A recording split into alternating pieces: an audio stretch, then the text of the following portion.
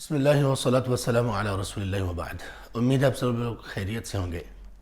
ترکی اور شام میں ہمارے مسلمان بھائیوں پر جو ایک بہت بڑی آزمائش آئی، یقیناً ہم سب لوگ اس سے آگاہ ہوں گے، اور یقیناً ہم یہ بھی سوچ رہے ہوں گے کہ ہم اپنے ان بھائیوں کے لیے اور بہنوں کے لیے کیا کر سکتے ہیں۔ ریلیف کے کام، ڈونیشنز، فنڈز اکٹھا کرنا، ان تک پہنچانا، یہ بھی ہمارے ذہن میں آ رہا ہوگا۔ لیکن دو چیزیں ایسی ہیں جو ہم فوری طور پر کر سکتے ہیں۔ پہلی چیز ہے ان کے لیے دعا، اور دعا انتہائی خلوص کے ساتھ، اس لیے کہ کوئی بھی چیز اتنی زود اثر نہیں ہے جتنی کہ دعا ہے۔ اتنا جلدی ان کو کوئی اور چیز فائدہ نہیں پہنچا سکتی جتنی ہماری آپ کی دعا ان کو فائدہ پہنچا سکتی ہے، کیونکہ ہم جانتے ہیں کہ وہاں پر جو وہ لوگ ریلیف کا کام کرنا چاہ بھی رہے ہیں، بہت ساری ہرڈلز کی وجہ سے، رکاوٹوں کی وجہ سے وہ کام بھی نہیں کر پا رہے۔ یہ اللہ سبحانہ وتعالیٰ کے ہاتھ میں ہے، اور اللہ ان کے لیے آسانیاں اور خیر کریں۔ ان کے لیے دعا، لیکن دعا اخلاص کے ساتھ، اور اس اخلاص کے لیے ہمیں احساس پیدا کرنا ہوگا، اور یہ دوسری چیز ہے جو ہم کر سکتے ہیں۔ دعا سرسری ہم میں سے ہر ایک شخص کرتا ہے، لیکن جس دعا کی زبان کے ساتھ دل کی ہم آہنگی نہ ہو، وہ دعا اللہ کے ہاں قبول ہی نہیں ہے، اللہ تعالیٰ کے ہاں وہ پہنچ ہی نہیں پاتی۔ زبان اور دل ہم آہنگ ہوں تو پھر وہ دعا ایسی ہے جو اس اعتبار سے قبولیت کے قابل ہو جاتی ہے۔ اخلاص ہم دعا میں کیسے پیدا کریں؟ احساس کے ذریعے سے۔ کون سا احساس؟ یہ احساس کہ ہم یہ سوچیں اور یہ تصور کریں، اور یہ تصور کرنے میں اپنے آپ کو کامیاب کریں کہ اگر ہم ان کی جگہ پر ہوتے، اگر ہم ان کی جگہ پر ہوں تو کیسی وہ ایک درد اور اس کا احساس کیسا ہوگا۔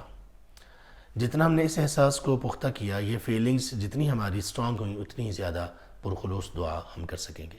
نبی صلی اللہ علیہ وسلم نے فرمایا، مومنوں کا آپس کا جو تعلق ہے اس کی مثال دیتے ہوئے کہ ایک جسم کی طرح ہے۔ جسم کا ایک حصہ اگر درد اور الم میں ہے تو پورا جسم اس کی وجہ سے سو نہیں پاتا، یعنی اسے راحت اور چین نہیں آتا، اور پھر اسے بخار آ جاتا ہے۔ یعنی صرف اور صرف یہ نہیں کہ اس کی راحت اور چین جسے وہ چاہتا ہے وہ اسے محسوس نہیں ہوتا، بلکہ اس کے ساتھ ساتھ مزید بے تابی اس میں آ جاتی ہے۔ تو ہمیں اپنے ان مسلمان بھائیوں کے لیے، بہنوں کے لیے یہ احساسات پیدا کرنے چاہیے، اور ان احساسات کی بنیاد پر ان کے لیے دعا کرنی چاہیے کہ اللہ آپ ان کو اس مصیبت سے، اس پریشانی اور آزمائش سے جلد نکال، اور ان کو ان کے نقصانات کا بہترین نعم البدل دے، اس لیے کہ جو ان کا کھو چکا ہے، یا رب تیرے سوا اس کا بہترین نعم البدل دینے والا دنیا میں کوئی نہیں ہو سکتا۔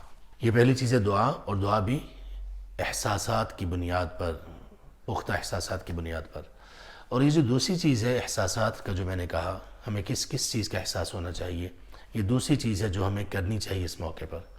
ایک احساس ہمیں یہ ہونا چاہیے کہ ہمیں یہ جان لینا چاہیے، اس بات کا احساس کرنا چاہیے کہ عافیت اللہ تعالیٰ کی کتنی بڑی نعمت ہے۔ صحت، تندرستی، گھر، گاڑی سواری، بزنس، تجارت، جاب، یہ سب اللہ تعالیٰ کی نعمتیں ہیں، لیکن اگر عافیت چھن جائے تو یہ ساری نعمتیں انسان کو کوئی زیادہ فائدہ نہیں دینے والی۔ اور عافیت کیا ہے؟ کہ انسان اپنے جسم و جان میں، انسان اپنے ایمان اسلام میں، انسان اپنی گھر بار میں بالکل امن سے رہ رہا ہو، اور کوئی ایسی پریشانی کا اس کو سامنا نہ ہو۔ اور ہمیں یہ عافیت نصیب ہے ابھی، لیکن ہم دیکھیں گے ہم اس کی کتنی ناقدری کر رہے ہیں۔ ایک احساس ہمیں یہ بھی ہونا چاہیے کہ اگر ہم پر یا ان لوگوں پر جو اس دنیا سے چلے گئے، اگر یہ آفت نہ آتی تو تب بھی ان کو اس دنیا سے جانا تھا۔ ہم سب کو اس دنیا سے جانا ہے، تو ہم اس دنیا سے جانے کے لیے اور وہاں جہاں اللہ کے سامنے ہمیں پیش ہونا ہے، اس کے لیے ہم کیا کر رہے ہیں۔ ہمیں یہ احساس ہونا چاہیے کہ ہمیں اس دنیا سے جانا ہے۔ دنیا میں جانے والے لوگ یا قبرستان جن لوگوں سے بھرے پڑے ہیں، صرف وہ لوگ نہیں تھے جو زلزلے یا حادثات کا شکار تھے، بلکہ صحت مند، تندرست، مالدار، خوبصورت، ہر طرح کے لوگ دنیا سے چلے گئے۔ ایک وقت ہے جو اللہ نے مقرر کر رکھا ہے۔ تیسرا، ہمیں اس بات کا بھی احساس ہونا چاہیے کہ یہ آفت اور مصیبت جو مسلمانوں پر اور ایمان والوں پر آتی ہیں، یہ کوئی اللہ کا ظلم نہیں ہے، نعوذ باللہ من ذالک۔ یہ اللہ کی تقدیر ہے، اور اللہ سبحانہ وتعالیٰ اس کا بہترین بدلہ دینے والے ہیں ان تمام لوگوں کو جو اس مصیبت کا اور آزمائش کا شکار ہوئے۔ یہ تو بہت بڑی مصیبت اور آزمائش تھی۔ نبی صلی اللہ علیہ وسلم نے فرمایا مومن کو ایک کانٹا بھی اگر چبھتا ہے تو اللہ اس پر بھی اس کے لیے خیر کرتے ہیں، اس کے گناہوں کو معاف کرتے ہیں، اور اس طرح کی تکالیف پر اس کے درجات بھی بلند ہوتے ہیں۔ تو یہ سبحان اللہ شہادت کا درجہ اللہ تعالیٰ نے ان کو نصیب کیا۔ کوئی بھی کسی بھی طرح سے گھر کے گرنے سے اگر وفات پاتا ہے، شہادت کا درجہ ہے، گناہوں کا کفارہ ہے، آخرت میں درجات کی بلندی ہے، اللہ کی رضامندی ہے، سب کچھ ہے۔ دنیا سے تو ویسے بھی جانا تھا، تو یہ اللہ کا ظلم نہیں ہے، سبحان اللہ، یہ اللہ کا ظلم نہیں ہے۔ اور جو لوگ وہاں جن کو یہ سارے دیکھنے مناظر دیکھ رہے ہیں، جن سے ان کے اپنے کھو گئے، ان کو بھی صبر میں رہنا چاہیے۔ اللہ ان کے لیے بہت کچھ اپنے پاس تیار رکھے ہوئے ہیں۔ ان اللہ مع الصابرین، ان سب سے بڑی نعمت یہ کہ اللہ کی معیت، اللہ کا ساتھ موجود ہے ان کے لیے۔ اللہ صابرین کے ساتھ ہیں، صبر کرنے والوں کے ساتھ ہیں۔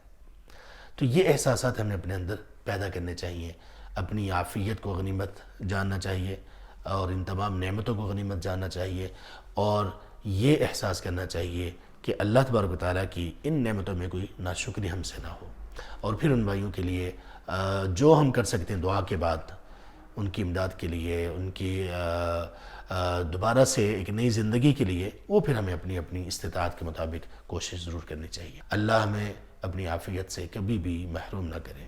اللہ تبارک و تعالیٰ ہمارے ان بھائیوں اور بہنوں کو بھی بہت جلد بہترین نعم البدل کے ساتھ زندگی میں واپس لے آئیں، اور ان کی دنیا بھی اچھی کر دیں، ان کی آخرت بھی اچھی کر دیں۔ اور جو اس حادثے میں اللہ کو پیارے ہو گئے، اللہ ان کو آخرت میں بہت بلند درجات نصیب کرے، اور اللہ تعالیٰ ان کا کفارہ بنا دے ان کے لیے اس آزمائش کو، اور اللہ ان سے راضی ہو جائے۔ آمین یا رب العالمین۔ بارک اللہ فیکم۔ السلام علیکم ورحمۃ اللہ وبرکاتہ۔